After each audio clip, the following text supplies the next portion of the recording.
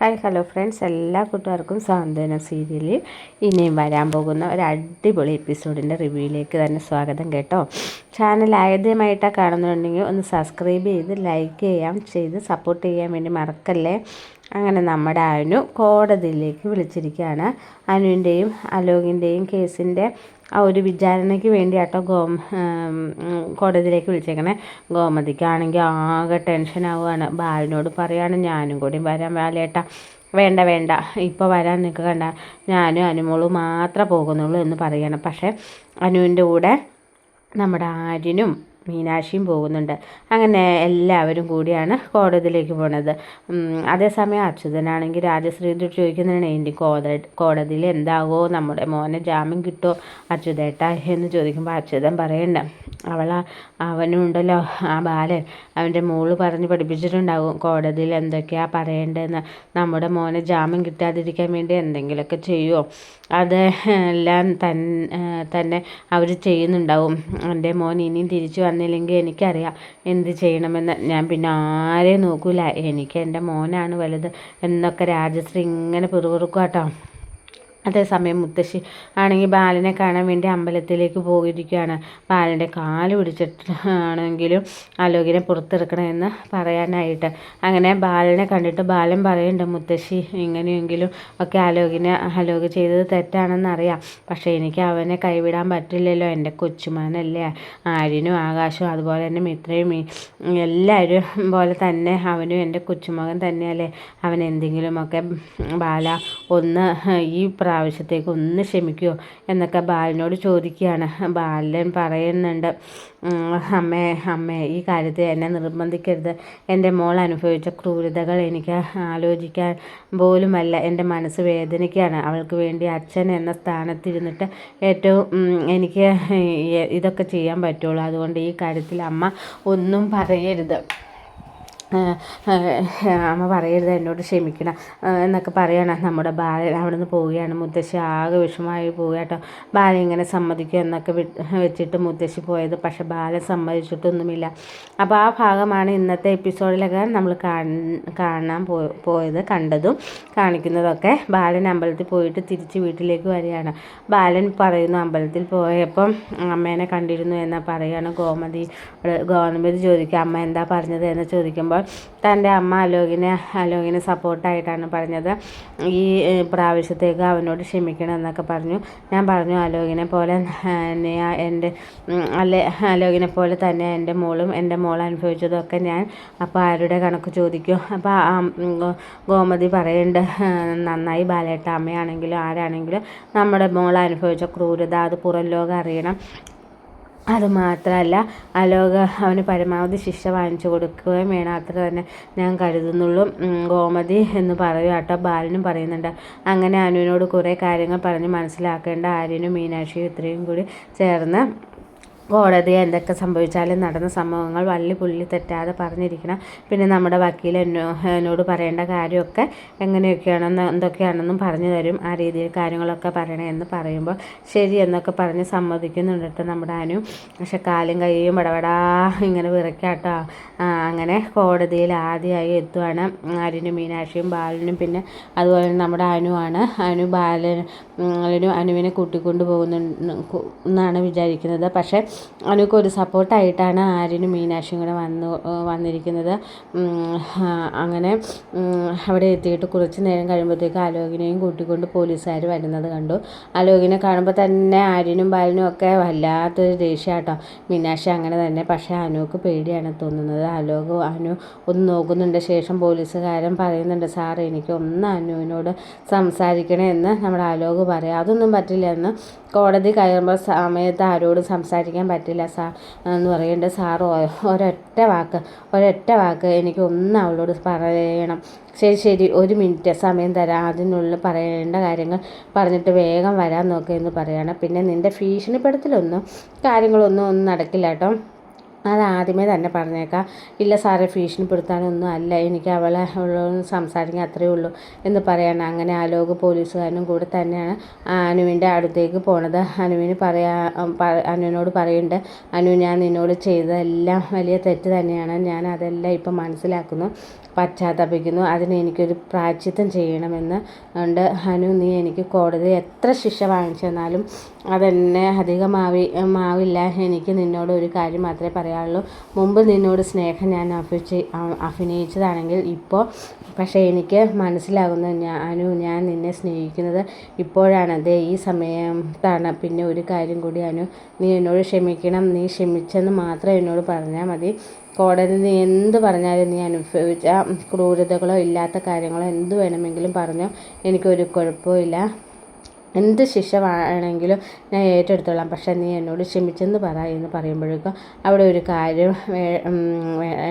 എന്നടാ പോകാൻ നോക്ക് എന്ന് പറഞ്ഞ് പോലീസുകാർ അലോകിനോട് പറയാണ്. അങ്ങനെ അവിടെ നിന്ന് അവനെ ഓടിച്ചു മാറ്റിക്കൊണ്ട് പോകട്ടെ. സാറേ, ഇവനെ കൊണ്ടുപോയി കോടതി മുമ്പ് ഇങ്ങനെ സംസാരിക്കാൻ പാടാം, സാറിനെ അറിയില്ലേ എന്ന് പറയുമ്പോഴേക്കും അലോകിനെ കൂട്ടിക്കൊണ്ട് പോവാട്ടോ പോലീസുകാർ.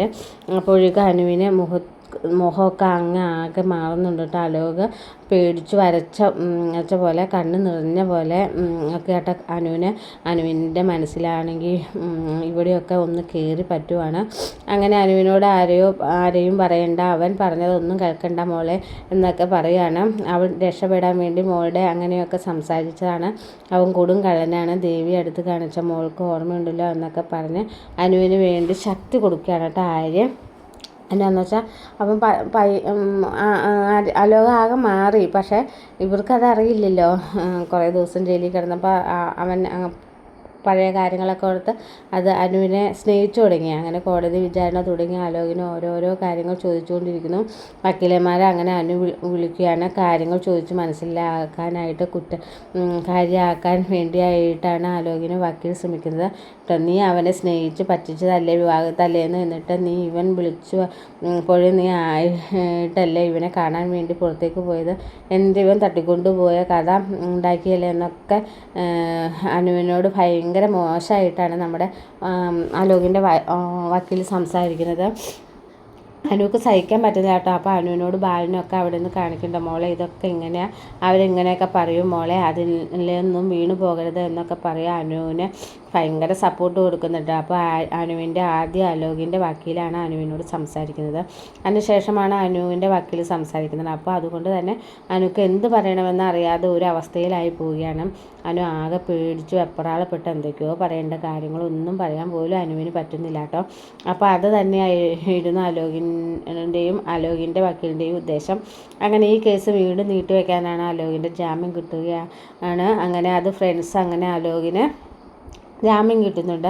അപ്പോൾ ജാമ്യം കിട്ടുമ്പോഴേക്കും അനു പതുക്കെ സമൂഹമായിട്ടൊക്കെ സംസാരിക്കുകയുള്ളൂ. കാരണം അലോകിന് ഇനി ആവശ്യമുണ്ടല്ലോ, ഈ കേസ് തേച്ച് മാറ്റി പോണവരെ അനുവിൻ്റെ കാല് പിടിച്ചല്ലേ പറ്റൂ.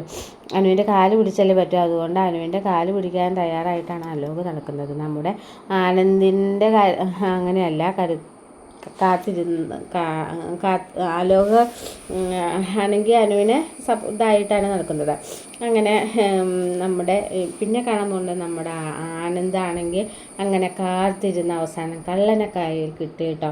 അങ്ങനെ നമ്മുടെ ഉദയഭാനു എന്ന് പറയുന്ന കള്ളനെ കയ്യിൽ കിട്ടി. അതായത് പൈസ മോഷ്ടിക്കുന്ന കറക്റ്റായിട്ട് കണ്ടു. കാരണം ഇവരെ കോടതി പോണ സമയത്ത് വേറെ ആരും കടയിലില്ല, ദേവി നമ്മുടെ അതുപോലെ രാമേട്ടും മാത്രമേ ഉള്ളൂ. അതുകൊണ്ട് തന്നെ അന്നത്തെ കച്ചവടത്തിൽ ഫുൾ പൈസയും അടിച്ചു മാറ്റി കൊണ്ടുപോകുകയാണ് നമ്മുടെ ഉദയഭാനുവിൻ്റെ ഉദ്ദേശം. അപ്പോൾ തന്നെ നമ്മുടെ ദേവിക്ക് കാര്യം മനസ്സിലാവുക കേട്ടോ. മോഷ്ടിച്ചത് വേറെ ആരുമല്ല, തൻ്റെ അച്ഛനാണെന്ന്. അല്ലെങ്കിൽ ഇന്ന് തന്നെ നമ്മൾ ദേവിക്ക് സംശയമൊക്കെ ഉണ്ട്, തൻ്റെ അച്ഛനാണോ ഇതിൻ്റെ പിന്നിലെന്ന്. അങ്ങനെ ഇരിക്കെ തന്നെയാണ് അച്ഛനെ ദേവി പിടിക്കുന്നത്. പക്ഷെ അപ്പോഴേക്കും അച്ഛൻ പോയി കഴിഞ്ഞിട്ടാണ് മനസ്സിലാകുന്നത് ഉദയഭാനു മോഷ്ടിച്ചത് എന്നിട്ടോ. പക്ഷെ ഈ മോഷ്ടിക്കുന്ന വീഡിയോ ഉണ്ടല്ലോ, അത് നമ്മുടെ ആനന്ദിൻ്റെ കയ്യിലുണ്ട്. പക്ഷേ അത് ദേവിക്ക് അറിയില്ലല്ലോ. അങ്ങനെ ഇത് ആകെ ടെൻഷനാവുക കേട്ടോ. ഇത് ആരെയാണ് ആദ്യം കാണിക്കേണ്ടത്? അച്ഛനെ കാണിക്കണോ? അച്ഛൻ്റെ വിഷമമാകുമോ എന്നാണെങ്കിൽ സത്യം പറഞ്ഞേ പറ്റൂ. അത് മാത്രമല്ല ദേവിയാണെങ്കിൽ ഈ കാശ് കെട്ടെടുത്തുകൊണ്ട് പോയ കാര്യം അറിയുകയും ചെയ്തു. എന്നാന്ന് വെച്ചാൽ അച്ഛനാണ് ഇതെടുത്തതെന്ന് അത് എന്താ പറയുന്ന ഒരു സംഭവത്തിൽ തൻ്റെ ജീവിതത്തിൽ നിന്ന് പടിയിറക്കുകയാണല്ലോ വേണ്ടത്. അപ്പോൾ എല്ലാത്തിനും ഒരു തുറുപ്പുചീട്ടാണ് ഈ വീഡിയോ. അതിപ്പം ആരെയും ആദ്യം കാണിക്കേണ്ട എന്നിങ്ങനെ ആനന്ദ് ഇങ്ങനെ ആലോചിച്ചുകൊണ്ടിരിക്കുക കേട്ടോ. എന്നാന്ന് വെച്ചാൽ ദേവിയുടെ കൂടെ ജീവിക്കാൻ ആനന്ദിന് ഒട്ടും താല്പര്യമില്ല. അപ്പോൾ വീട്ടിൽ കാണിക്കണോ എന്താ ചെയ്യേണ്ടതെന്നൊരു എത്തും വിട്ടില്ല, പറഞ്ഞേ പറ്റൂ. എന്നിട്ട് ആനന്ദ് സത്യങ്ങളൊക്കെ മറ്റുള്ളവർ കാണിക്കാൻ വേണ്ടി തുടങ്ങുക. അങ്ങനെ ജാമ്യം തുടങ്ങും കേട്ടോ. അങ്ങനെ ജാമ്യം കിട്ടിയ അലോകാണെന്നുണ്ട് വെച്ചാൽ തിരികെ വീട്ടിലേക്ക് വരുമ്പോഴേക്ക് രാജശ്രീ മോനെ അലോകിനെ നിനക്ക് ജാമ്യം കിട്ടിയോടാ, എനിക്ക് 2 വർത്താനം അനുവിനോട് ഒന്ന് പറയണം എന്ന് പണ്ട് ദേഷ്യത്തിൽ പോകുമ്പോൾ അലോക് പറയാണ് അവളോട് ഇപ്പോൾ ഒന്നും പറയാൻ നിൽക്കണ്ട, ഇത് പോലീസുകാരി എൻ്റെ പിന്നാലെ തന്നെ ഇപ്പോൾ ഏത് നിമിഷം വേണമെങ്കിലും വരാം. അതുകൊണ്ട് അമ്മ ഒരു കാര്യം മനസ്സിലാക്കണം, ഇനി ശത്രു തന്നെ കുറച്ച് നാളത്തേക്ക് വേണ്ട, അവളോട് മയപ്പെട്ട രീതിയിൽ വരെ സംസാരിക്കാൻ പറ്റും, നമ്മുടെ സ്വഭാവം മാറിയെന്ന് അവനും അവരുടെ തെറ്റിദ്ധരിപ്പിക്കണം എന്നൊക്കെ പറയണം. അങ്ങനെ അനു പുറത്തിറങ്ങിയപ്പോഴാണ് സോറി മാപ്പൊക്കെ പറഞ്ഞ് പഴയ പ്രണയ നാടകം വീണ്ടും പുറത്തെടുക്കുക കേട്ടോ അലോക. അതിൽ അനു വീഴുന്നൊന്നുമില്ല, അലോകിനെ ചെറുതായിട്ട് വിശ്വസിക്കുന്ന മട്ട് കാണിക്കുന്നുണ്ട്. പിന്നെ നമ്മുടെ ജീവൻ ഈ കേസും കാര്യങ്ങളും കഴിയുമ്പോഴേക്കും നമ്മുടെ ജീവൻ വരുന്നുണ്ട്. അത് നമ്മുടെ വീക്കെൻഡ് പ്രൊമോയിൽ കാണാൻ സാധിക്കുന്നതാണ്. ജീവൻ വന്നിട്ട് അനുവിനെ വിവാഹം കഴിക്കാൻ താല്പര്യമാണെന്നും അങ്ങനെ പറയുകയാണ് കേട്ടോ. പക്ഷെ അനു സമ്മതിക്കുന്നില്ല. അനുവിന് ജീവനാണെങ്കിലും അനുവിനെ തന്നെ വിവാഹം കഴിക്കുള്ളൂ, എത്ര വർഷം വേണമെങ്കിലും കാത്തിരിക്കാൻ കുഴപ്പമൊന്നുമില്ല എന്നൊക്കെ നമ്മൾ ജീവൻ പറയുന്നുണ്ട്. വിവാഹം ഒന്നുണ്ടെങ്കിൽ അത് അനുവിൻ്റെ കൂടെ തന്നെ ആയിരിക്കുമെന്ന് ഉറപ്പിച്ച് അങ്ങ് പറയുകയാണ്. അപ്പോൾ അങ്ങനത്തെ കുറേ ഭാഗങ്ങളും തന്നെയാണ് നമ്മൾ നാളെയും മറ്റന്നാളായിട്ട് ഇനിയും വരാൻ പോകുന്ന ആഴ്ചകളിൽ കാണാൻ വേണ്ടി പോകുന്നത്. എന്തായാലും അലോക് കള്ള കെട്ടുകഥയ്ക്കായിട്ട് അനുവിൻ്റെ പിറകെ പിന്നെയും പോകും. പക്ഷെ അനു ഇനി അങ്ങനെ ഒരു ഇതിലേക്ക് ചാടില്ല എന്നാണ് കാണാൻ പോകുന്ന കഥയൊക്കെ. എന്തായാലും ഇന്നത്തെ വീക്കെൻഡ് പ്രൊമോയ്ക്ക് വേണ്ടി കാത്തിരിക്കാം. വീക്കെൻഡ് പ്രൊമോ എന്തായാലും വൈകിട്ട് ഒരു 7 മണിയാകുമ്പോൾ അപ്ലോഡ് ചെയ്യുന്നതാണ്. അതിൻ്റെ ഒപ്പം മറ്റൊരു വീഡിയോ അടുത്തായിട്ട് കാണാം. ഓക്കെ കൂട്ടുകാരെ, താങ്ക് യു.